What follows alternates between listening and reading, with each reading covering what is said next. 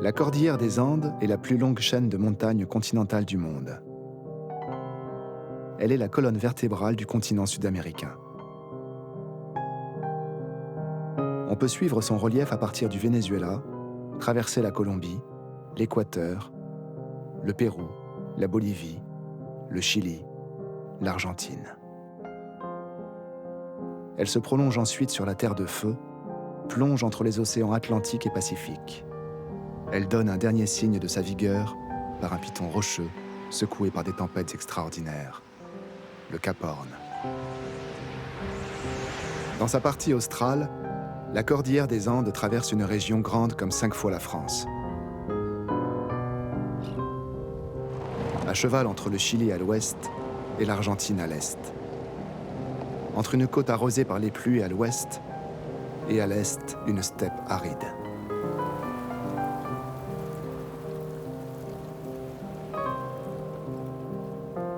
Cette région, dont les périodes glaciaires ont définitivement marqué sa physionomie, a reçu un très joli nom. La Patagonie.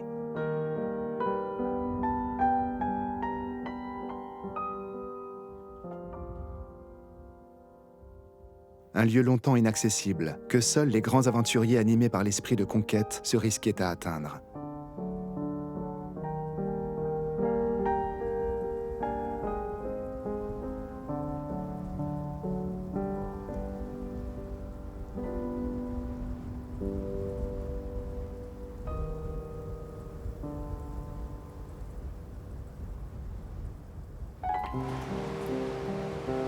Mais qu'est-ce que la Patagonie ? Est-ce un lieu sur Terre ou un coin de notre imaginaire ?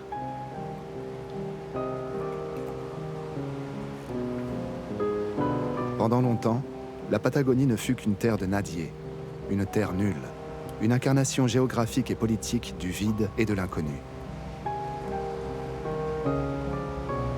Elle n'était que l'obstacle à franchir pour rejoindre le Pacifique. C'est seulement à la fin du XIXe siècle que les jeunes États du Chili et d'Argentine se firent la course pour marquer leur présence en colonisant ce territoire. La Patagonie devint alors une terre bonne à exploiter. Une sorte de Far South qui, dans la même époque, faisait écho au Far West états-unien. Les nombreuses légendes qui ont participé au mythe de la Patagonie attirent aujourd'hui une population avide de grands espaces, de sensations fortes et d'exploits sportifs. La Patagonie obstacle est devenue la Patagonie spectacle.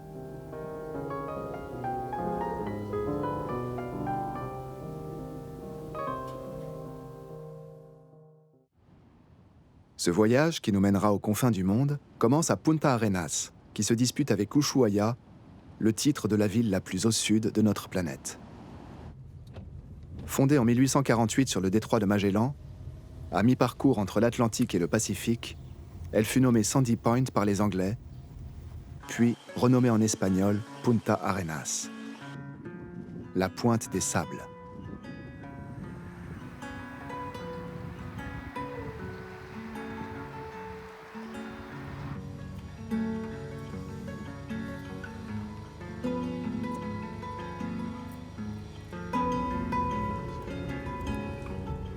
Ses 132 000 habitants en font la ville la plus dense et la plus cosmopolite de la région de Magallanes et de l'Antarctique chilien.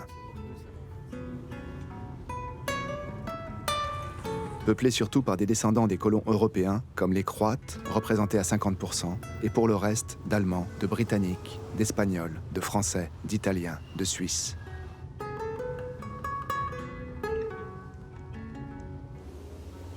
Parfois, une migration peut prendre un sens contraire aux migrations venues d'Europe et prendre corps sous la forme d'un tubercule.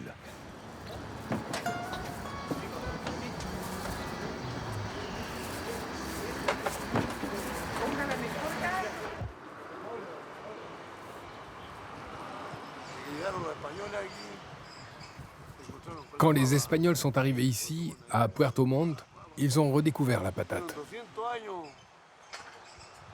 Les Européens n'avaient pas mangé de patates depuis des siècles, car il n'y en avait pas chez eux. Ensuite, il y a eu un cuisinier français. Car comme vous le savez, les Européens étaient déjà en Amérique depuis 200 ans.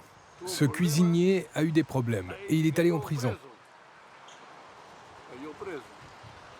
Une fois là-bas, il a eu beaucoup de temps libre et il a demandé des patates. Puis il a commencé à préparer des plats faits à base de patates. Il a même fait des desserts à la patate. Il cuisinait tout avec la patate. Les entrées, les plats principaux, les desserts, tout à la patate. Il a appris tout ça en prison. Ensuite, une personne qui était venue lui rendre visite en prison a parlé au roi de France de ce cuisinier et de ses recettes formidables. Ils sont venus le chercher pour le sortir de prison et ils l'ont ramené en France. Ensuite, le roi a goûté les différentes préparations à la patate. Il en a beaucoup mangé et il a dit au peuple « Il faut manger des patates ». Et voilà, c'est ainsi que tout le monde s'est mis à manger des patates en Europe et un peu partout. C'est à partir de ce moment qu'on a mangé des patates au début du XVIIIe siècle. Les indigènes qui habitaient ici en mangeaient déjà.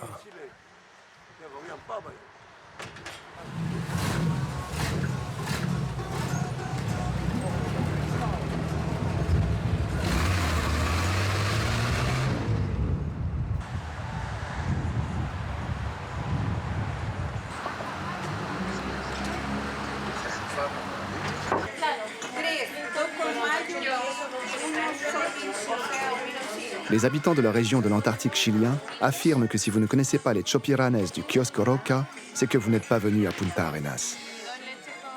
Et 2 laits à la banane, la recette traditionnelle?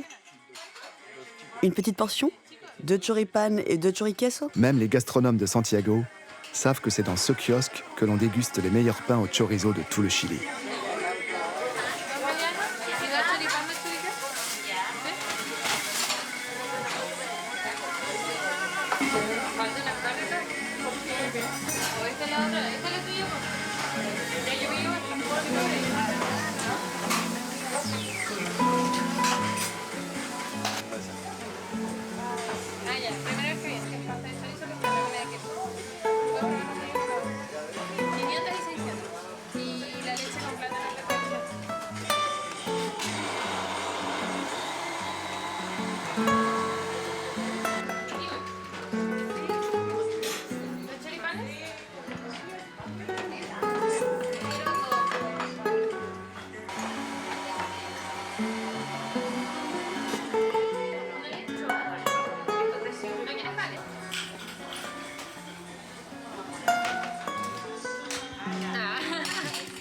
$4 100 pesos. «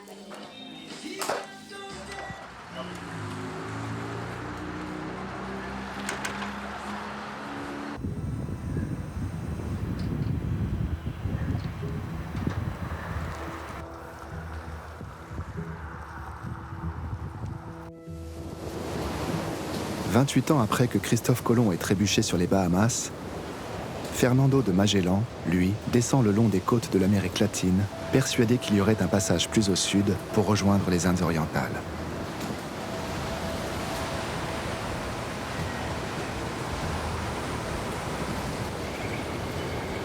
C'est à bord de la Victoria, une nef dont la construction permit aux Espagnols de s'aventurer en haute mer, que Magellan se lança dans cette expédition audacieuse. Christophe Colomb lui-même admettait que l'on ne va jamais aussi loin que lorsqu'on ne sait pas où on va. Bingo.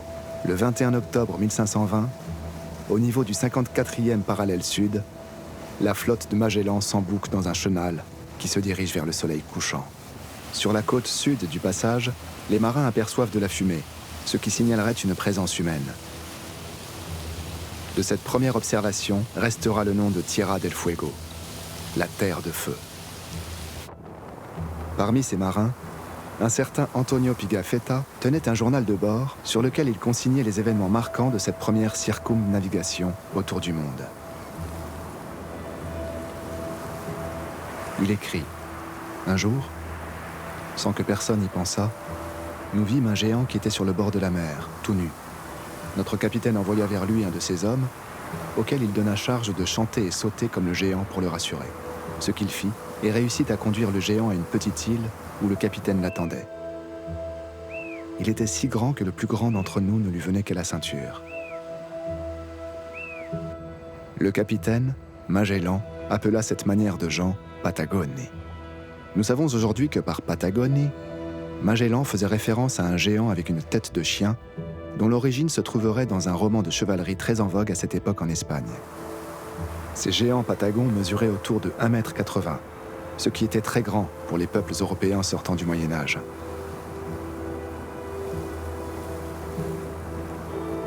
Ce récit est le texte fondateur de la Patagonie. Il crée à la fois le mot « Patagonie » et ce qu'il désigne, cet espace jamais exploré jusqu'alors. Dans ce détroit qui prendra plus tard son nom, Magellan dut se confronter à des tempêtes et à la perte d'une partie de sa flotte. Lorsqu'il déboucha enfin dans l'autre océan, par contraste avec le déchaînement de tous les éléments vécus dans le détroit, il l'appela Pacifique. Le contournement du continent américain par son extrémité deviendra le passage obligé, parfois fatal, des navires voulant rejoindre les deux océans. Beaucoup d'équipages disparaîtront dans ces canaux du bout du monde. La Patagonie deviendra synonyme d'effroi, de désolation, de scorbut, de naufrage, de solitude extrême.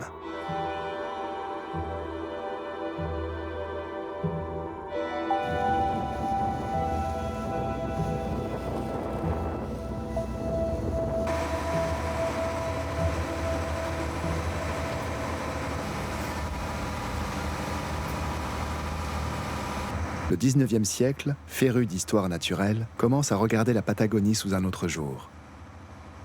On veut observer, collectionner, mesurer. Corrélativement à l'égard de cette nature, la sensibilité s'ouvre et s'affine. On veut bien cesser de la voir comme uniformément et constamment affreuse, hideuse ou horrible. De nouveaux mots, des mots plus amènes, apparaissent pour la qualifier. L'inversion du regard à l'œuvre sur la Patagonie passe d'affreux à sublime.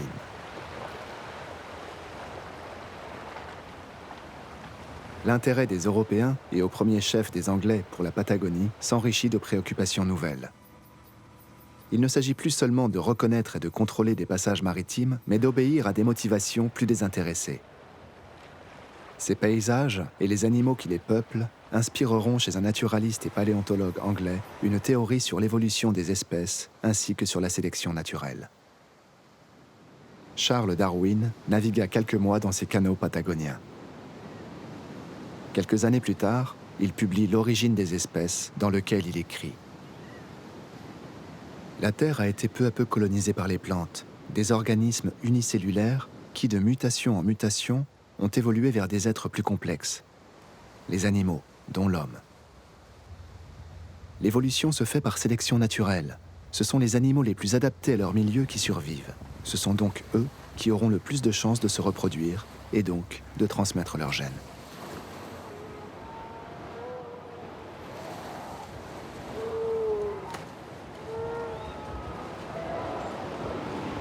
Un animal qui aurait une anomalie génétique, par exemple plus de poils que ses congénères, aura plus de chances de survivre dans un environnement plus froid. Il pourra donc transmettre cette anomalie positive à toute sa descendance. Cette mutation se diffusera rapidement à toutes les nouvelles générations de cette espèce.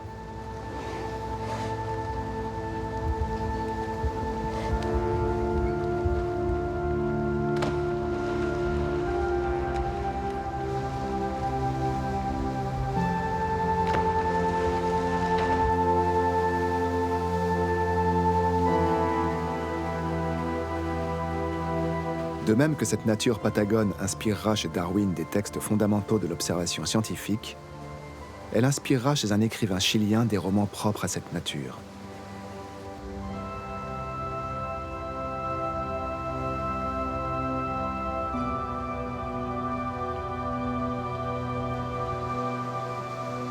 Francisco Coloane est le Jack London des grands espaces du sud de la Patagonie.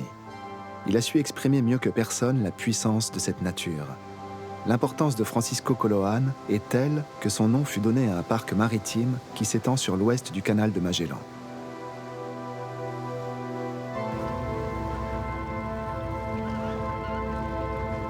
Cette réserve est un véritable havre de paix pour toutes les espèces marines australes. le loup de mer, l'otarie à fourrure, le manchot, le pétrel.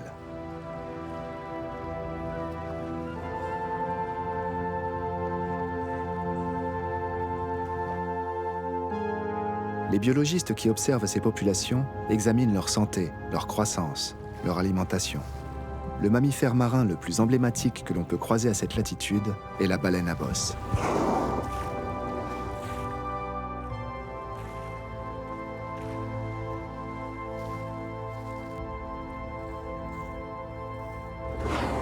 La baleine à bosse est facilement reconnaissable grâce à son corps massif, sa couleur entièrement noire au-dessus et souvent blanche en dessous.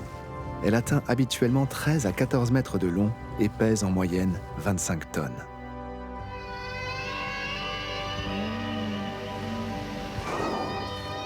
Son chant, très élaboré, la distingue des autres cétacés.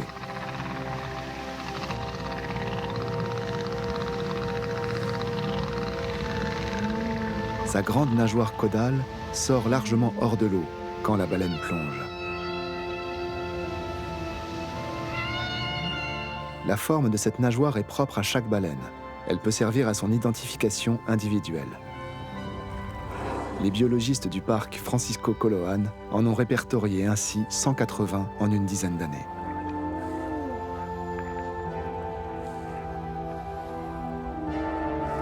Celle-ci s'appelle Alluyo. Celui-là, l'Ocho.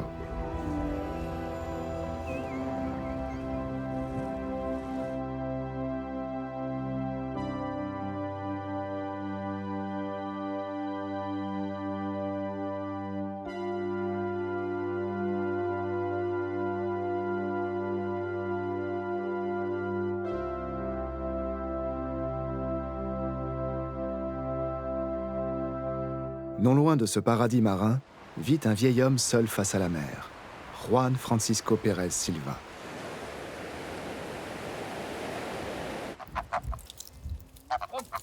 Juan a vu le jour dans une famille pauvre au nord du Chili.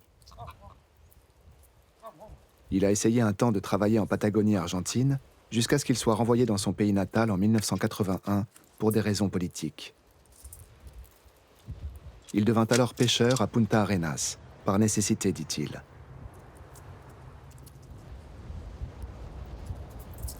Il y a 27 ans, il s'est installé sur cette langue de terre à la lisière du monde. Juan a toujours vécu seul. Il est l'homme qui vit le plus au sud de tout le continent américain. Je vis grâce à ce que la mer m'offre. Les algues. Je vis de ça. Et d'une petite retraite de 100 000 pesos qu'on me donne. On ne peut pas faire grand-chose ici avec 100 000 pesos. Au Chili, ce n'est rien du tout.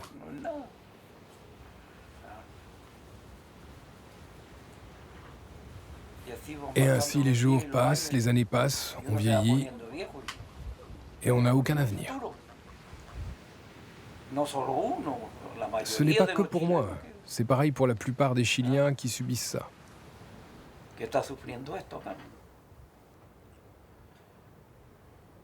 Je me lève à 6 heures du matin, tous les jours. Je bois du maté, je pars travailler. Je suis heureux comme ça. La mer, c'est mon lieu de travail. Je pêche du crabe royal de Patagonie. Je travaille pendant les 6 mois où nous avons l'autorisation de pêcher ce crabe. C'est à ce moment-là que je peux gagner de l'argent. Mais lorsque l'hiver arrive, comment te dire, ce travail devient plus pénible. Dans la période de juin, juillet, même août.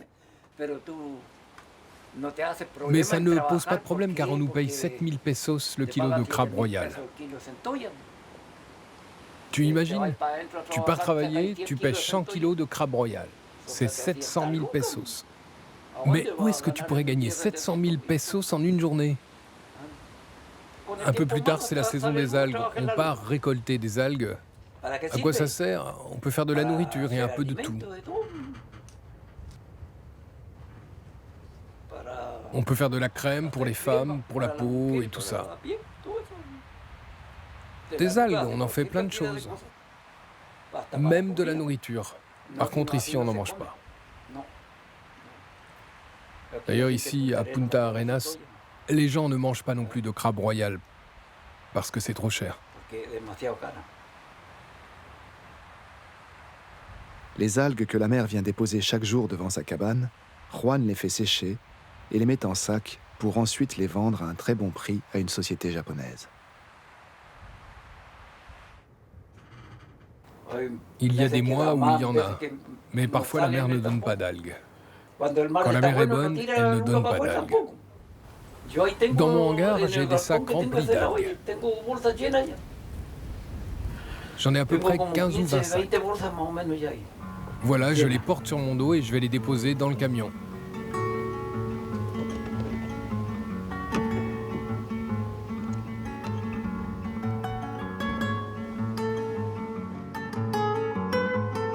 J'ai tout construit ici. Tout m'appartient. J'ai tout investi là-dedans, mes sacrifices, mon argent. J'ai réussi à avoir tout ça grâce à mes efforts. J'ai fait tout seul. Et voilà, c'est ici que je vis.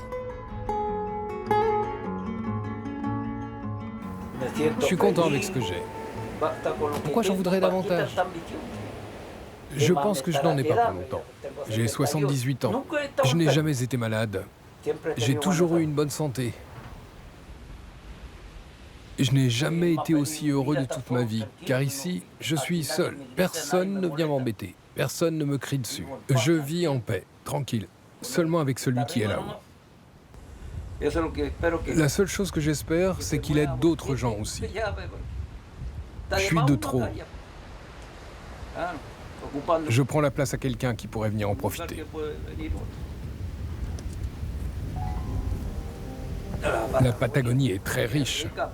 Mais ici, à Punta Arenas, ce sont 4 ou 5 vieux qui se partagent toute la richesse. Et pour le reste, tu ne verras jamais un seul Chilien propriétaire d'une estancia.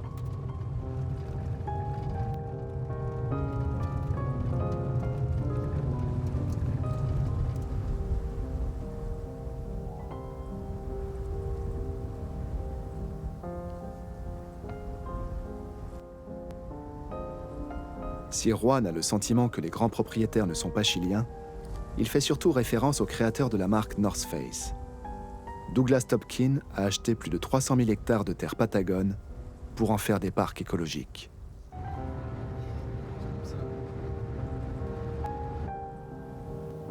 Les sentiments de la population chilienne sont mitigés pour ceux qui n'ont pas de terre ou qui en ont été expulsés.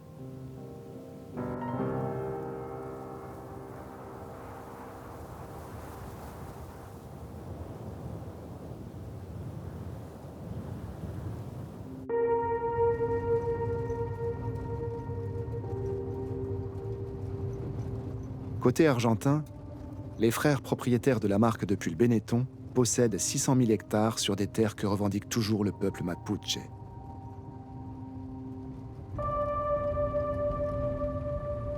Une grande partie de la Patagonie appartient à une oligarchie terrienne qui gère un système latifundiaire. Les racines de cette situation remontent à la façon dont a été colonisée la Patagonie.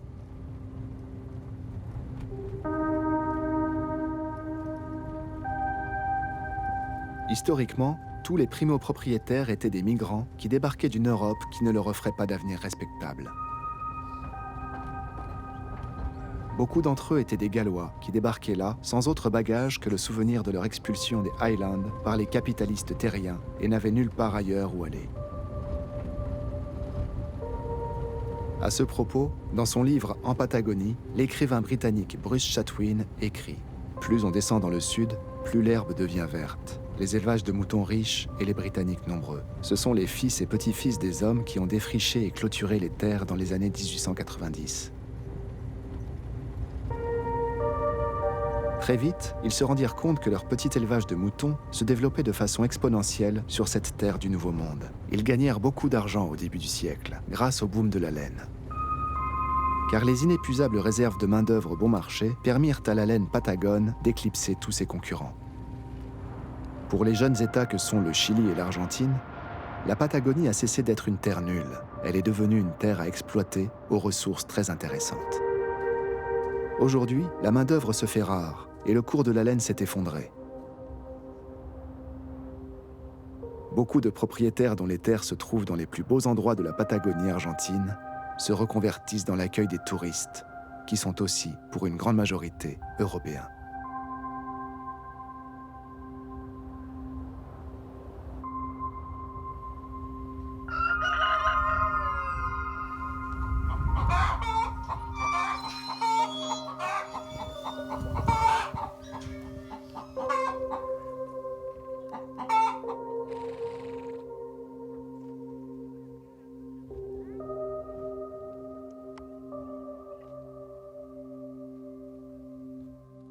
Esteban a hérité de cette estancia qui lui vient de son arrière-grand-père. Cette estancia est au bord du Lago Argentino, un décor où l'on aurait placé la Sibérie en bas des Alpes.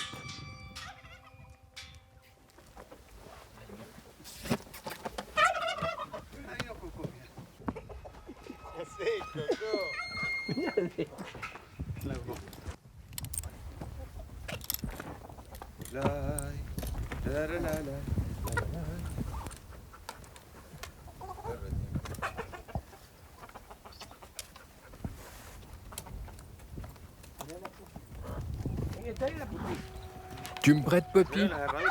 Non, ces fers se sont détachés. Ils sont pas gros, mais plutôt costauds. Mais si, ils sont gros. Ils sont comme les vieux de Calafates. Ils n'ont pas d'argent, mais ils sont gros. Ils se débrouillent pour en trouver quelque part. Ne monte pas la colline avec les mots parce qu'il va te jeter une pierre. On y est déjà allé avec, tu t'en souviens? Oui, mais c'était en quelle année? Oh, je ne me souviens plus. À l'époque du processo, lorsque j'étais gendarme. On était dans des bons termes avec les gendarmes à notre retour. Bien sûr.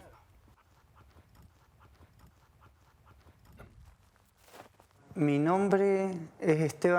nom est Esteban Echeverría.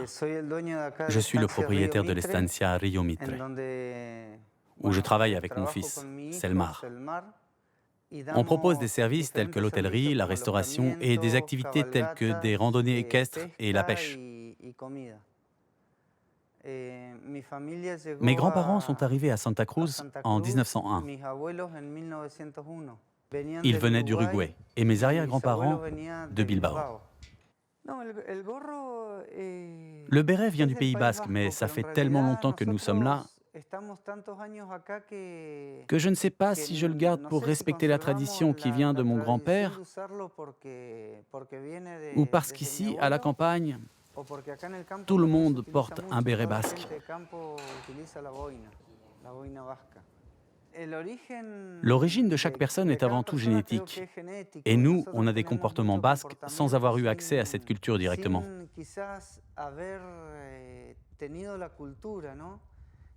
On a beaucoup de comportements naturels.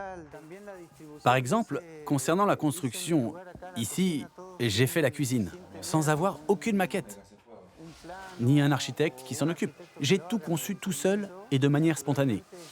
Les Basques qui passent par ici me disent que c'est identique à ce que l'on fait là-bas. Et en plus, je sais que notre nom de famille, Echeverría, veut dire la nouvelle maison. Le grand-père d'Esteban, émigré basque, a été enrôlé par l'armée argentine pour contrer les prétentions chiliennes sur le sud de la Patagonie. Mais en fait d'enrôlement, le gouvernement argentin abandonna ses soldats afin qu'ils peuplent cette zone. C'est ainsi que quelques années plus tard, en 1925, le gouvernement proposait ces terrains de 625 hectares et mon grand-père a demandé un de ces terrains. Et il a eu le terrain numéro 1 en 1925. C'est-à-dire que de 1910 à 1925, personne ne voulait venir ici, puisqu'il a reçu le tout premier terrain après autant d'années passées. Ça veut dire qu'il n'y avait aucun intéressé avant lui.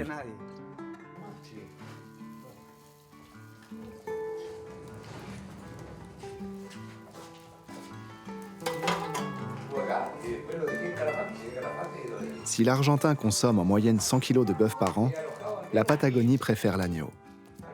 Il est cuit en entier sur un feu ouvert. Cette technique traditionnelle est connue sous le nom d'asado a la estaca. Les steaks d'agneau sont ensuite arrosés d'une sauce d'herbe aillée, vinaigrée et pimentée, le chimichurri.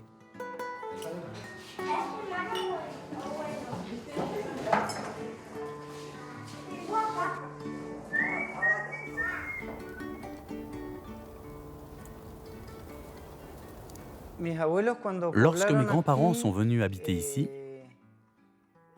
la ressource qu'ils avaient à disposition, c'était les moutons. Il y en avait environ 2000, plus ou moins. Ces 2000 moutons représentaient toute l'économie de l'année. Grâce à la valeur de la laine, elle était chère. À ce moment-là, la laine était le pétrole du monde. Mais avec le temps, la valeur du pétrole a monté, donc celle de la laine a baissé. On a quasiment fini par ne plus en produire.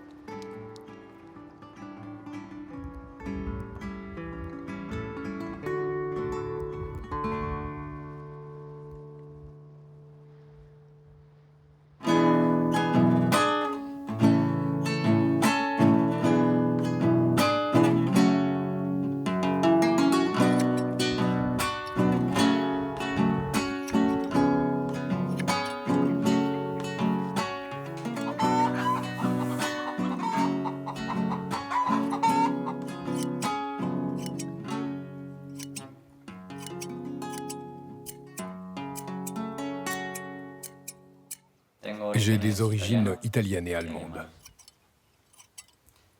Je suis allemand du côté de mon père et italien du côté de ma mère.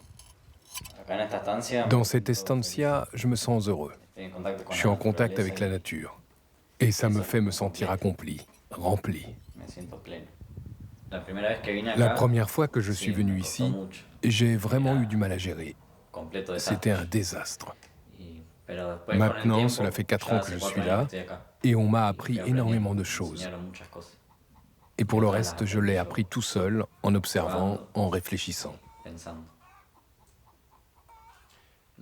Mais ce que j'ai le plus appris, c'est tout ce qui concerne ma propre personne. J'ai appris à mieux me connaître.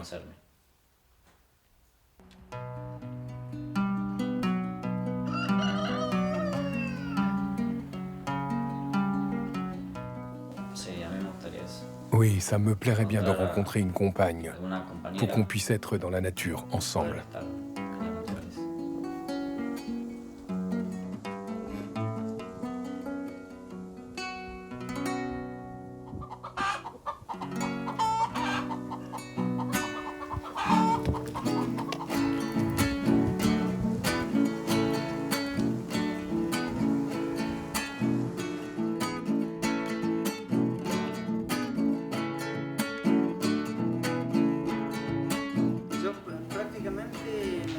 J'aime ce lieu à tel point que je me sens en vacances ici.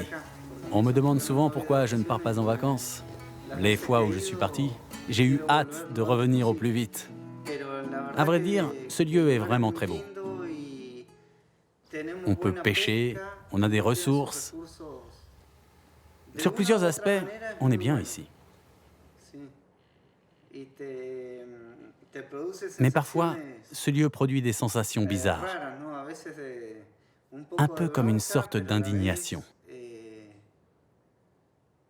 Mais en même temps, il te manque lorsque tu n'es pas là. C'est étrange.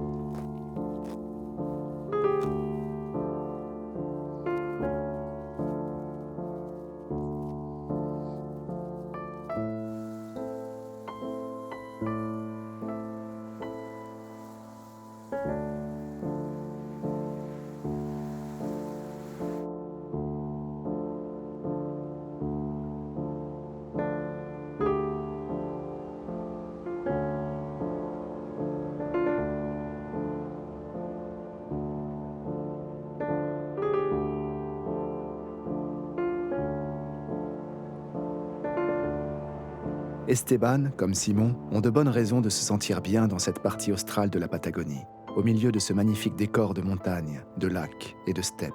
L'air y est pur, la lumière spectaculaire. Cette Patagonie est celle que les agences de tourisme mettent le plus en avant pour attirer une clientèle exigeante. Elle propose des possibilités de long trek, hors du monde, de monter sur des chevaux de la race Criollo, ou de se rendre au pied du glacier Perito Moreno, qui se jette dans le lac Argentino et qui lui donne cette couleur surnaturelle.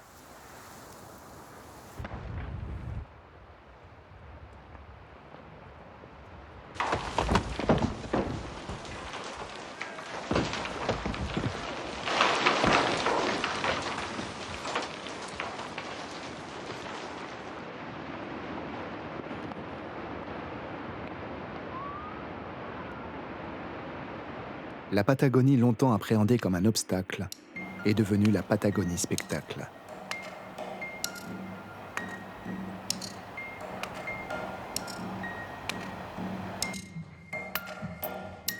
Elle attire une partie de nos contemporains dans une ruée collective vers l'or vert et l'or blanc de cette contrée oubliée des dieux.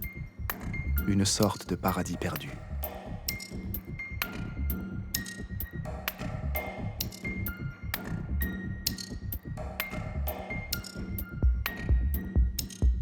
À quelques kilomètres de là, la ville d'El Calafate est devenue le centre du tourisme patagon. Il y a seulement une dizaine d'années, elle avait tout d'une petite bourgade de pionniers au tempérament sauvage. Aujourd'hui, elle ressemble plus à ces villes chics des Alpes autrichiennes, avec ses boutiques de mode élégantes.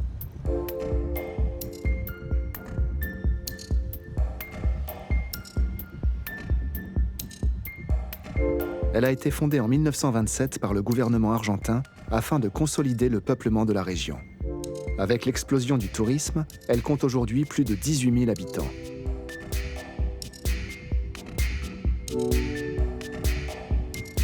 Elle est la porte d'entrée du parc national Los Glaciares. Quand les touristes reviennent d'excursion, certains vont poursuivre l'expérience de leur journée en se rendant au Polar Bar et se retrouver comme s'ils étaient à l'intérieur du glacier Perito Moreno.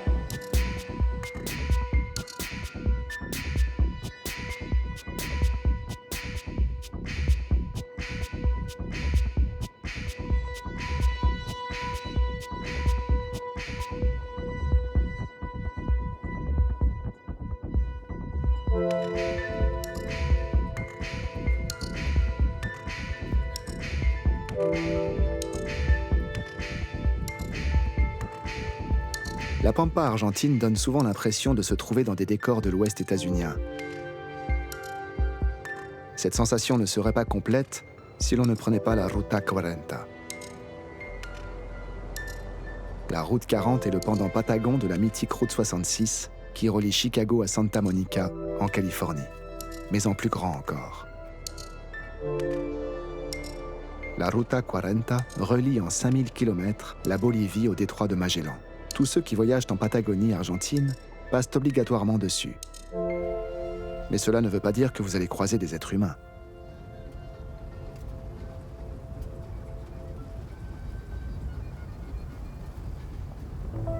La densité de la population est si faible, avec 3,6 habitants au kilomètre carré.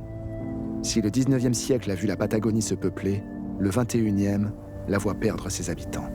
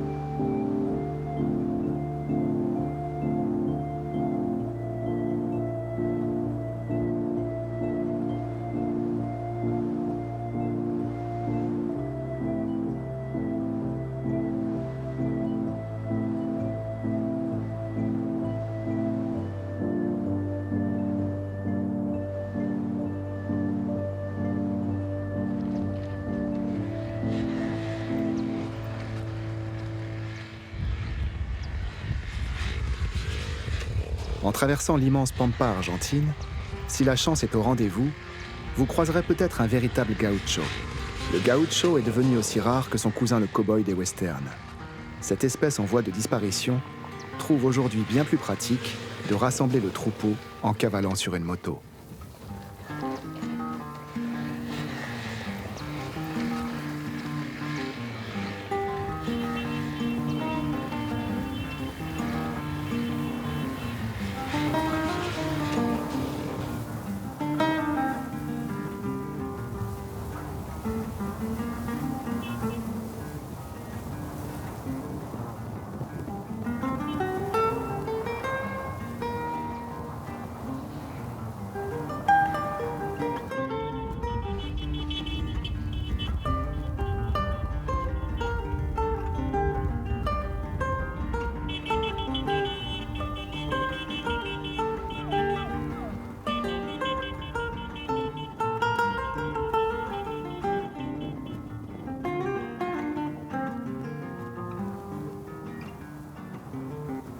Ce gaucho mécanisé s'appelle Eric Augustin. Il est responsable d'une estancia dans la région du Haut-Plateau central, le centre géographique de la Patagonie.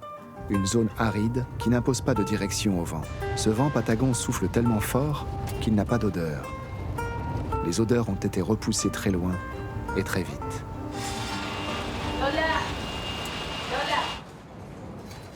Le réflexe naturel chez les habitants de cette contrée est de vous inviter à boire le maté, une sorte de thé très amer que les Argentins boivent à longueur de journée. Eric partage un baraquement secoué par les vents avec Manuel, l'unique peón de l'estancia. Manuel est originaire de l'île de Chiloé, qui se trouve sur l'océan Pacifique. La majorité des travailleurs des estancias argentines viennent de cette île chilienne. Eric, lui, a grandi ici, dans cette pampa livrée à tous les vents. Je m'appelle Eric Mario Agustin. Mon arrière-grand-père est venu de l'Allemagne, en fuyant la guerre. Il est entré par le Chili, puis il s'est installé à San Julián. Ensuite, mon grand-père est né, puis on a tous grandi ici, à Gregorio, toujours autour du travail rural. Voilà, c'est un peu ça mon parcours, l'histoire de ma vie. Ça fait plusieurs années que je suis ici, à la campagne. Je suis arrivé en 1986. Cette année-là, mon père a commencé à travailler ici.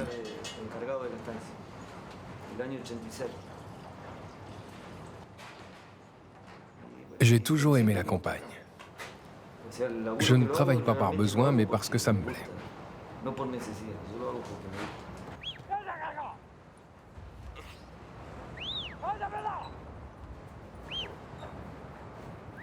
Eric aime rendre visite à son voisin Felicindo, le plus ancien gaucho de la région. Felicindo porte la tenue traditionnelle des gauchos, le béret, mais aussi la bombacha, ce pantalon bouffant que portaient les zouaves qui avaient combattu en Crimée. Dans le ceinturon, il a coincé son inséparable couteau, qui reste ainsi toujours à portée de main. Eric a beaucoup appris de Felicindo, à qui il voue une grande admiration. Il est rare de rencontrer un gaucho aussi expérimenté dans l'art du dressage des chiens bergers.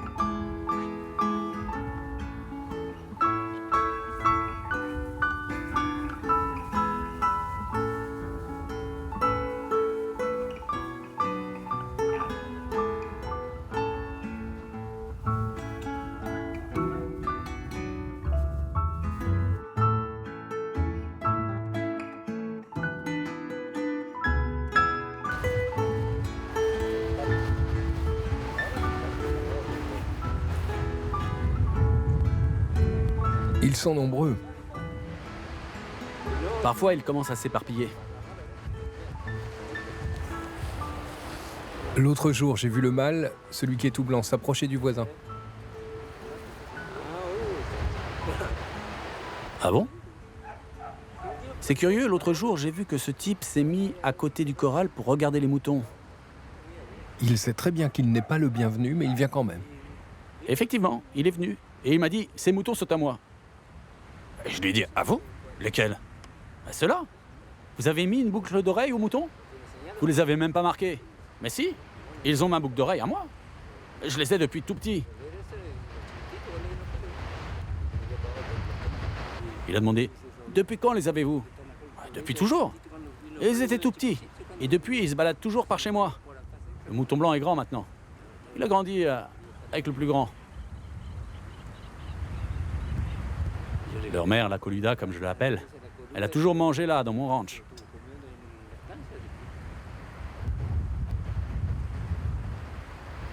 Et je lui ai dit, vous avez marqué vos animaux? Il a dit que oui. Ceux-ci ont ma boucle d'oreille. On ne peut pas les confondre. On va fermer là-bas pour qu'ils ne viennent pas les voir. On ne verra plus, car après ça, il n'a plus rien dit. Je lui ai dit, si ces moutons sont à vous, alors prenez-les, allez-y. Mais il a dit non, ça va aller, il faut les enfermer et les revendre. Alors je veux bien voir comment vous vous en sortez. Comme ça, il se trompe. Il n'a plus qu'à aller les enfermer. Bien sûr, pour qu'il ne reste plus aucun doute là-dessus.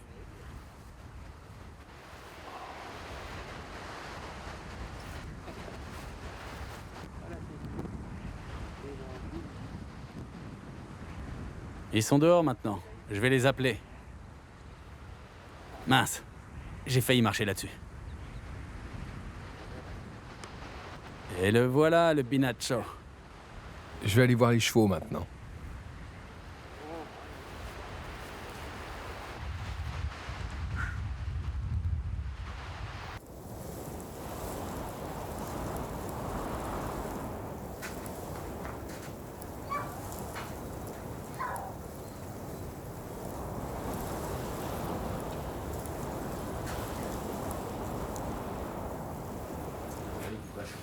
Les jeunes ne veulent pas venir ici à la campagne.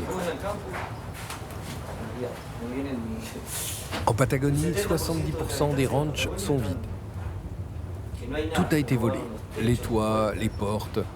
Il n'y a plus d'animaux, plus rien. Même les arbres sont secs. En 1991, avec le volcan, ça a été une véritable tragédie. Les terrains ont tous été détruits. Je pense que ceux qui ont vécu ça et qui ont beaucoup souffert n'ont pas fait le bon choix pour leurs enfants en les envoyant faire des études à Buenos Aires. Car après, une fois qu'ils sont morts, leurs enfants ne savaient pas s'occuper des ranchs. Ils étaient incapables de gérer tout ça. Et voilà, c'est ainsi qu'ils sont partis. Moi, j'aime toujours la campagne. Je pense que quelqu'un doit produire. On doit manger tous les jours, et si personne ne produit, on meurt de faim.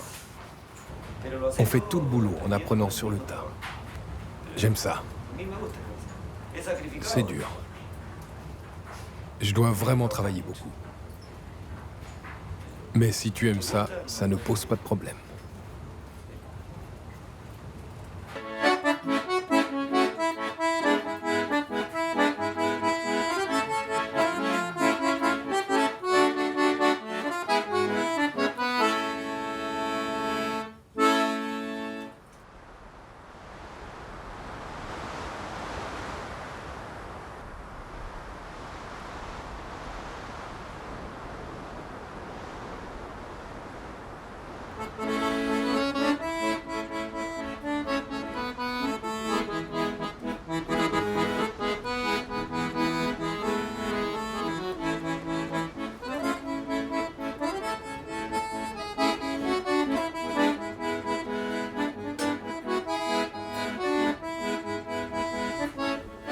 Prendre congé d'Eric, c'est quitter un monde en voie de disparition.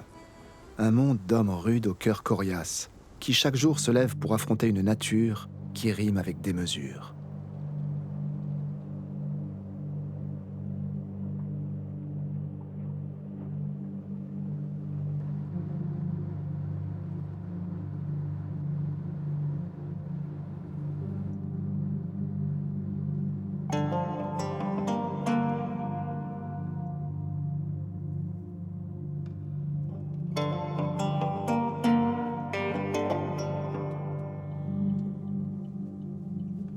Dans la région de Santa Cruz, perdu dans un décor que le Colorado aurait imité, un bâtiment intrigue.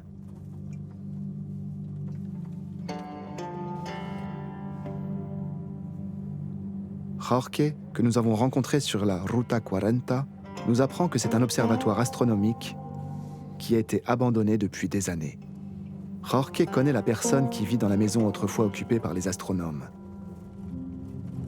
Cette personne est un cacique mapuche, un chef mapuche.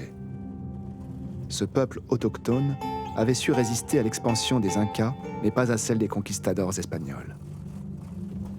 Le nom mapuche se traduit par peuple de la terre, mais la terre ne leur appartient plus.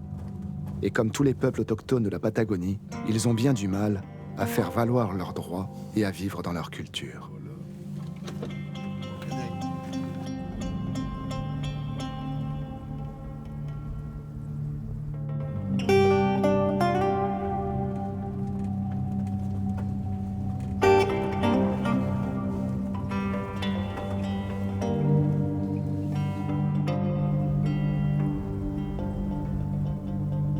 Ce chef mapuche s'appelle Ramon Ipulef. Il représente sa communauté auprès de la Confédération qui réunit les Mapuches et les Tehuelche. Les Tehuelche sont un autre grand peuple qui vit au sud de la Patagonie. Ce sont les drapeaux de Mapuche et de Tehuelche. Mapuche, Tehuelche. Elle, c'est la Verken, la porte-parole de l'organisation. Et lui, c'est le Lonco, le chef, Ramon.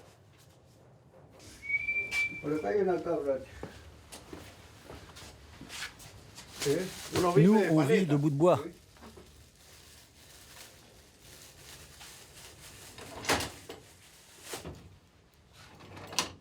Qu'est-ce que je pourrais faire là-dessus? Maintenant, je ramène les planches pour en couper quelques-unes.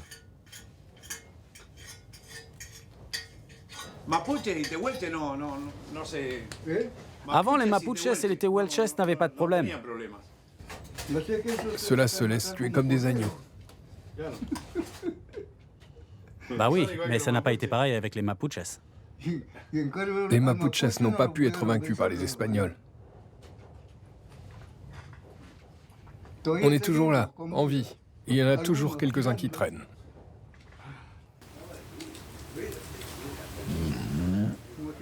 On ne parle plus beaucoup la langue des Mapuches, c'est fini ça.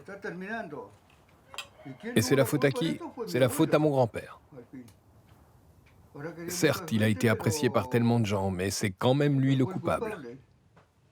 Mon grand-père a été captif des militaires.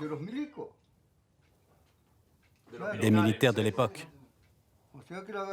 C'est-à-dire, on l'a attrapé quand il était tout petit, et quand il a fini de grandir chez eux, un militaire l'a pris comme serviteur.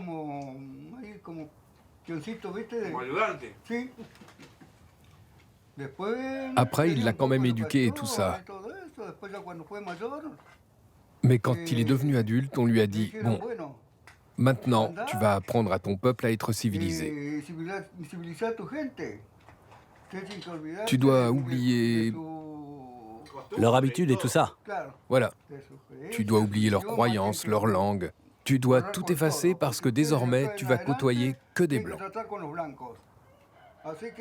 Alors le Mapudungun, ça c'est mort.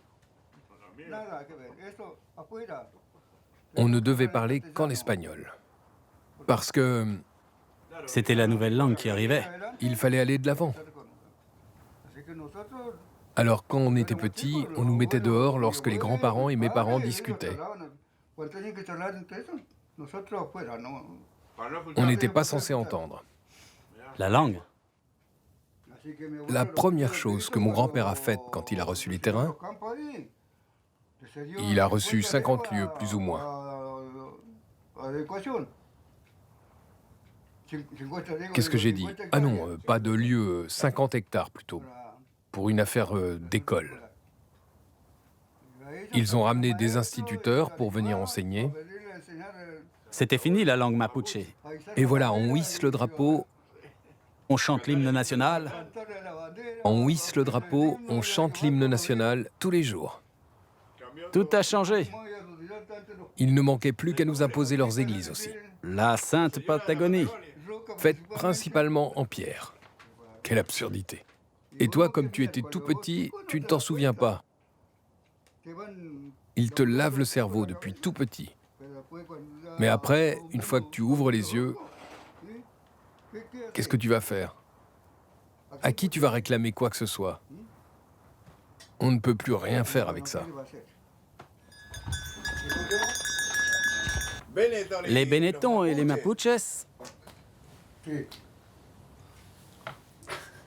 En el museo que hay, Dans le en musée, el museo.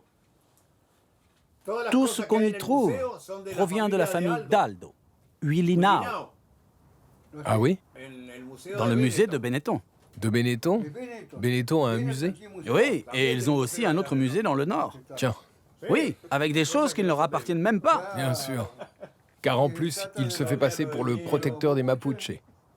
Figure-toi qu'on allait lui donner des champs à sa famille. Il s'appelle comment déjà, la famille Antieco? On leur a donné combien d'hectares déjà? On parlait de dons. Mais à la base, ces terres étaient à qui? Après, il faudra donner quoi? Nos enfants? À un moment donné, Benetton a dit « Bon, on a beaucoup de terrain, mais on va vous en laisser un peu, à vous, les Mapuches. » Et ils nous ont laissé un endroit incultivable, un champ de cailloux. Voilà, ceci est pour vous.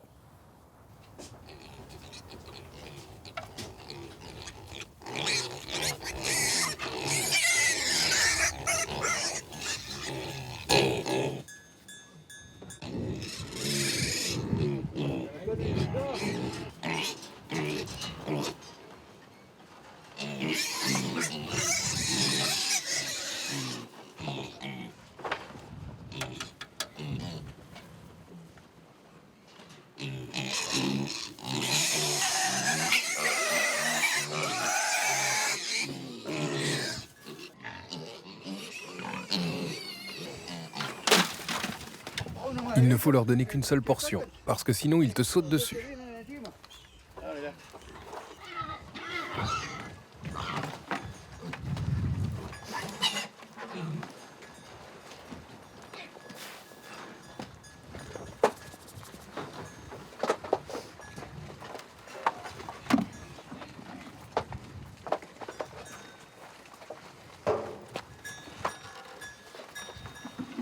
¿Qué estás haciendo? Vamos, vamos. Hija de puta.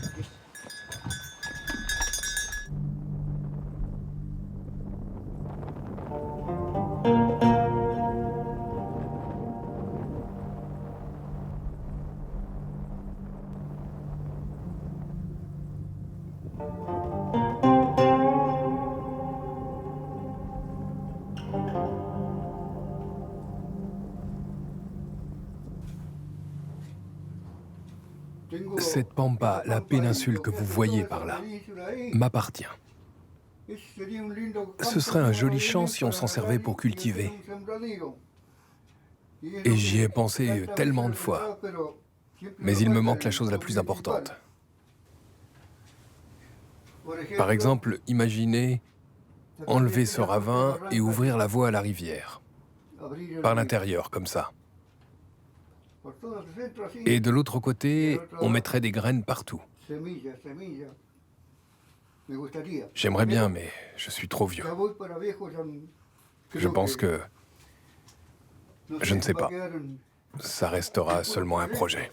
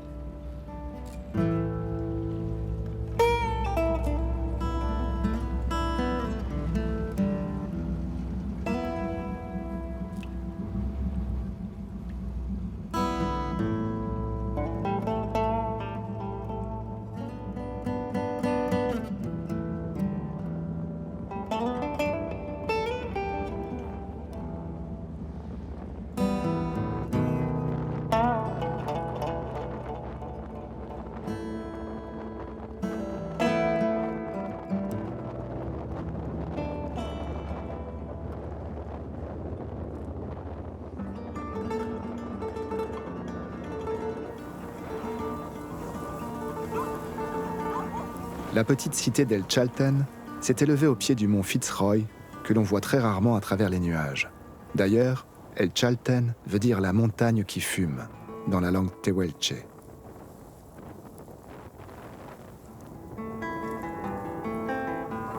Elle est devenue la Mecque de l'alpinisme argentin.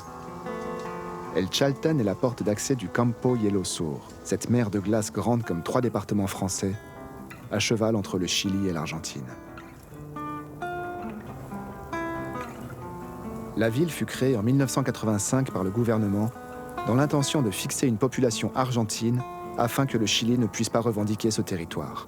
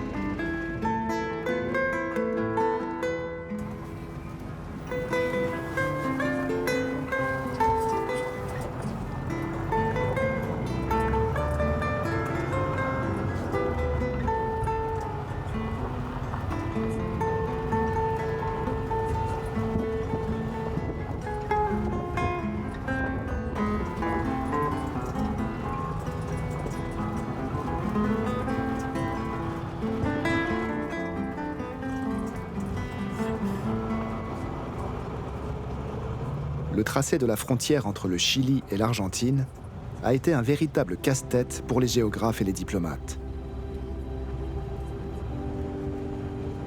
Dès le lendemain de l'indépendance de ces deux nations, et tout au long du XIXe siècle, ce ne furent que tensions, menaces et risques d'intervention militaire.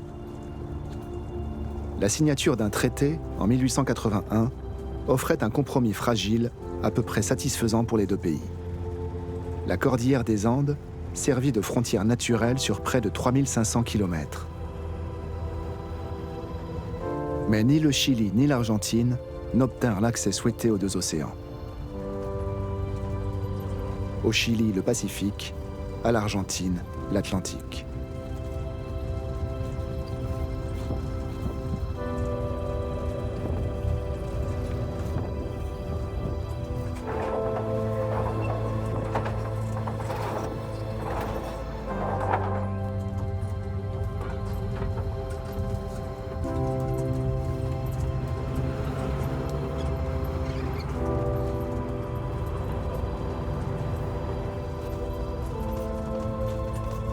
Plusieurs erreurs géographiques et diplomatiques furent commises dans ce long et laborieux tracé des frontières.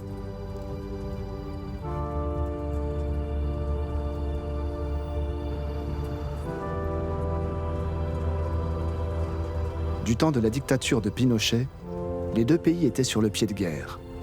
Le pape Jean-Paul II dut intervenir comme médiateur symbolique entre Santiago et Buenos Aires.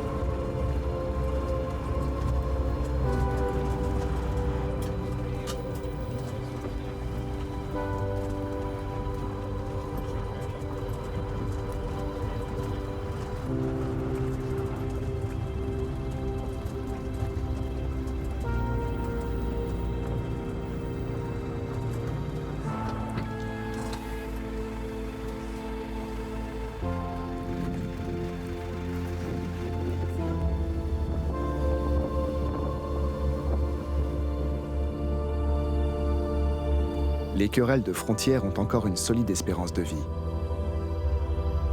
Avec le réchauffement général qui fait fondre les glaciers, la ligne de partage des eaux n'arrête pas de bouger.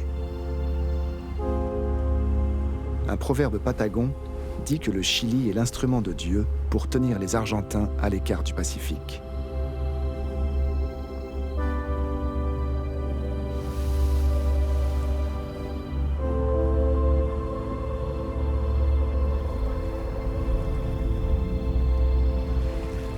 À partir d'El Chaltén pour rejoindre le Chili, il existe une voie accessible seulement pour de bons marcheurs à l'esprit d'aventure.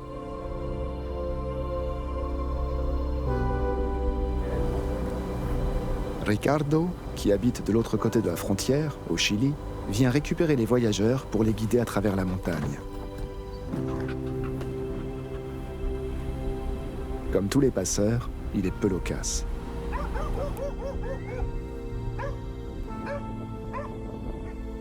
Les voyageurs qui ont choisi cette piste en divulguent le parcours de façon confidentielle. Un passage à emprunter seulement l'été et avec quelques provisions si jamais une mauvaise météo s'invitait dans l'expédition.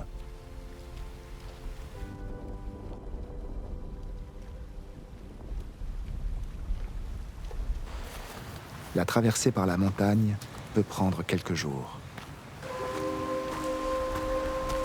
C'est sans doute un voyage comme celui-ci, mais vécu comme une odyssée, qu'ont dû emprunter des conquistadors et par la suite des aventuriers partis à la recherche de la cité des Césars.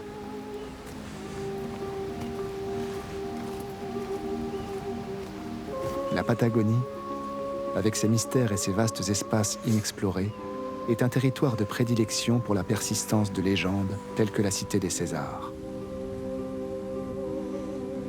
Celle-ci fit long feu, puisqu'elle était encore recherchée au début du XXe siècle. Elle est le pendant austral du mythe de l'Eldorado. Déjà au XVIe siècle, les soldats de la couronne d'Espagne parlaient d'un mystérieux royaume de Trapalanda, dont la cité serait pavée de lingots d'or. Les portes des maisons tourneraient sur des gonds d'argent pur.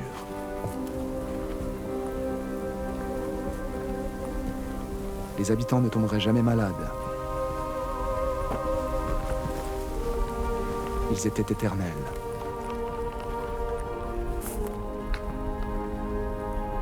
La cité se trouverait au bord d'un lac, protégé par de grandes montagnes.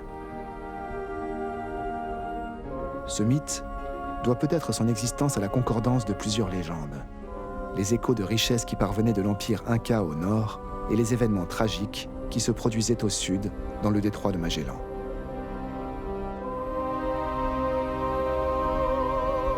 Tous ces naufragés ne pouvaient pas disparaître ainsi. Si on ne les retrouvait plus, c'est bien qu'ils ne voulaient pas qu'on les retrouve.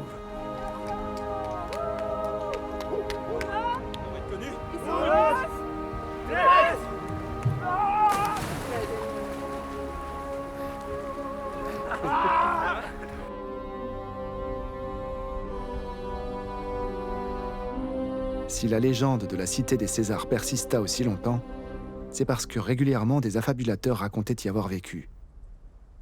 Dans les archives des Indes, à Séville, on peut y lire ces histoires sorties de l'imagination de quelques voyageurs. Ainsi, en 1707, un certain Silvestre Antonio de Roxas dit y avoir vécu et donne de la fameuse cité une description qui évoque curieusement les récits utopiques. L'accent y est mis sur une organisation sociale et économique de qualité et sur des conditions particulières qui garantissent le bonheur des habitants. La cité a de magnifiques édifices destinés au culte et des maisons de pierre taillées et bien couvertes, à la mode d'Espagne. Dans la plupart d'entre elles, il y a des Indiens qui assurent le service domestique et s'occupent des biens.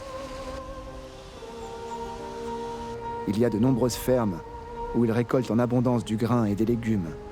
Elles sont agrémentées de cèdres, de peupliers, d'orangers, de chênes et de palmiers, avec une multitude de fruits très savoureux. Le climat est le meilleur que l'on puisse trouver aux Indes. Si sain et si frais que les habitants ne meurent que de vieillesse. L'on ne connaît pas là-bas la plupart des maladies qu'il y a ailleurs. Il ne manque que les Espagnols pour coloniser et mettre en valeur toutes ces richesses. Que personne ne pense que ces propos sont exagérés. C'est la pure vérité. Je peux l'affirmer pour avoir voyagé là-bas et touché cela de mes mains.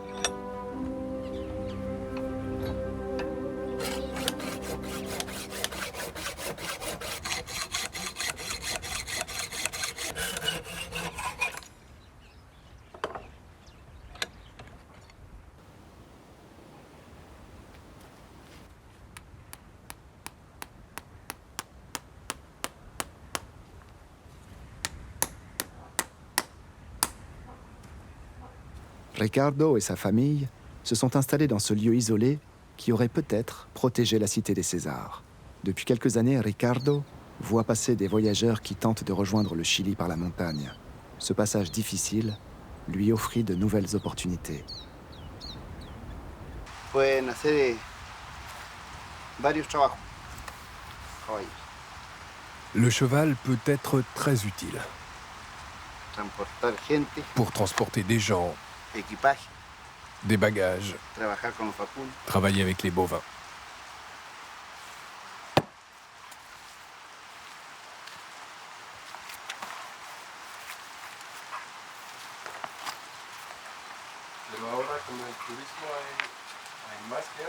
Et depuis l'arrivée des touristes, est-ce qu'il y a plus de travail? Plutôt No plus. más. Sí. Oui. Beaucoup Mucho plus. más. La première année, il y a eu 50 personnes. Et Et la dernière temporada saison, pasada, 2800. Et ils venaient d'où? La plupart sont des Européens.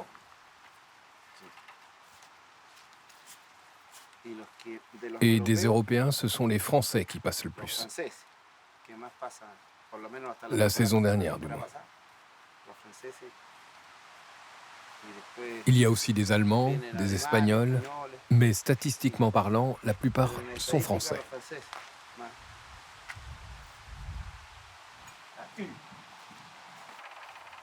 Mon grand-père est arrivé à Candelario, Mansilla.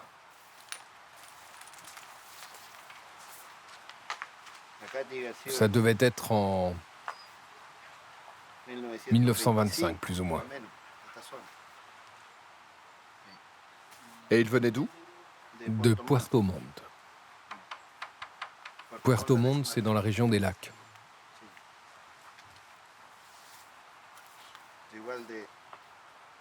Et il est venu pour l'aventure. Pour l'aventure. Pour trouver des endroits calmes. Un peu trop calmes. Alors vous vivez comme des pionniers? Oui. Oui, parce qu'il n'y a pas beaucoup de monde. En hiver, on est les seuls ici. Vraiment les seuls. Il n'y a pas de touristes en hiver. Si vous voulez, en hiver, je suis un pionnier à 100%.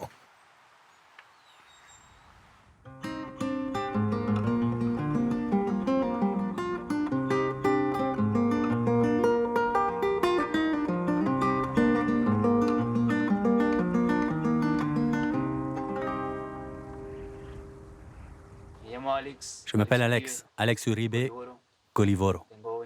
J'ai 27 ans. Je suis chilien de Chiloé. Mais j'ai toujours eu envie de vivre la carretera austral. Alix fait partie des voyageurs qui tentent le passage entre les deux pays par la montagne. Mais un coup de vent a rendu impossible la traversée du lac O'Higgins. Cela fait une semaine qu'il attend le bateau qui viendra le délivrer. On est arrivé ici et on a appris que le bateau ne partait pas. On est arrivé vendredi et on est jeudi. Il s'est passé une semaine déjà. Là, il ne reste plus de nourriture, mais j'ai joué de la guitare. J'ai fait beaucoup de choses. On est allé pêcher, j'ai rencontré beaucoup de monde, de beaucoup de pays différents. On a faim, on mange du riz depuis 5 jours. On essaye de pêcher, mais on est sur. Ouais, on a posé des hameçons. Ouais, ils sont là. Mais il a chopé une truite, mais depuis plus rien. Comme si c'était passé le mot un peu. Genre, faites gaffe, il y a des gars qui ont la dalle. Je suis en train de vivre l'expression ultime de la liberté. Sans nourriture, mais avec une guitare. On dit que demain le bateau arrive.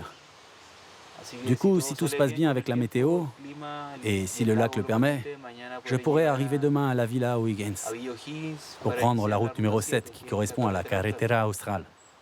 Et après ça, je vais voir ce que je vais faire, dans quelle montagne je vais aller, quel endroit je vais découvrir.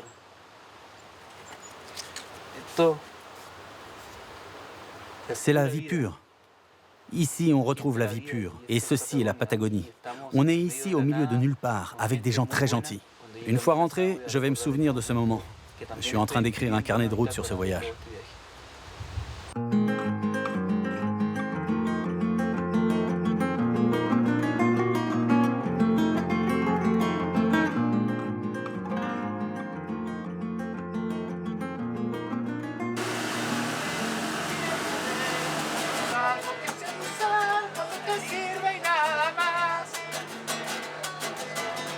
Si l'existence de la cité des Césars reste invérifiable, Alix est soulagé de quitter cet endroit. Le temps s'étant un peu calmé ce jour-là, le capitaine du bateau réussit à récupérer les touristes naufragés.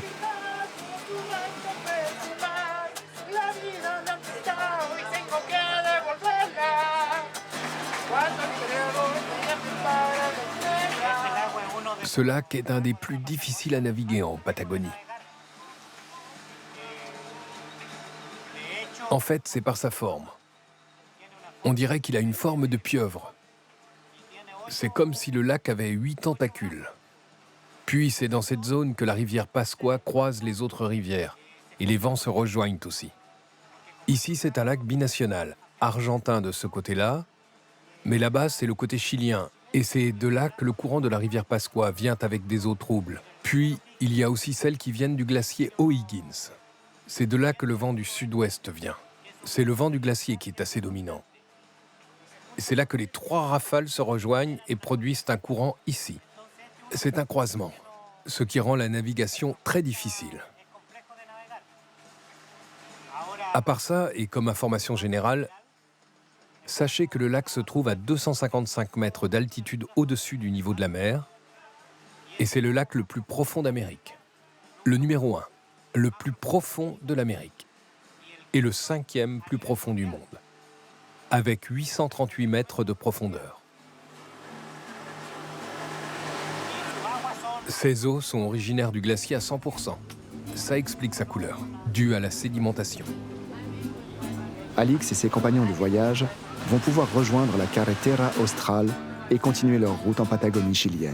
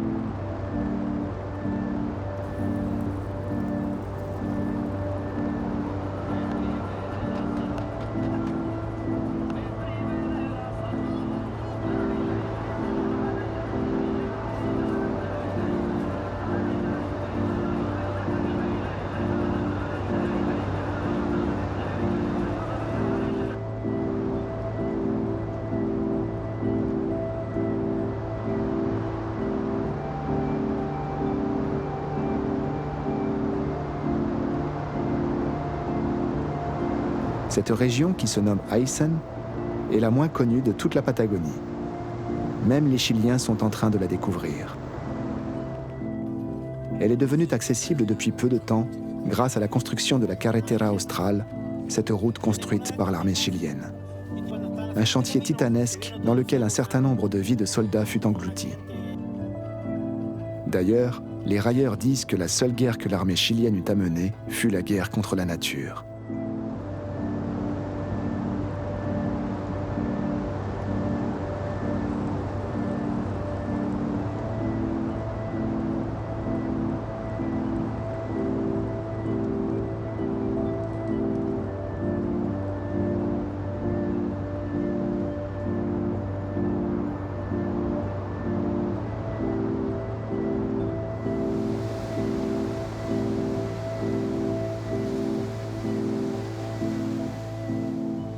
En prolongeant le voyage dans les fjords de la côte pacifique, c'est encore une autre Patagonie qui apparaît en même temps qu'une question. Qu'est-ce que la Patagonie ?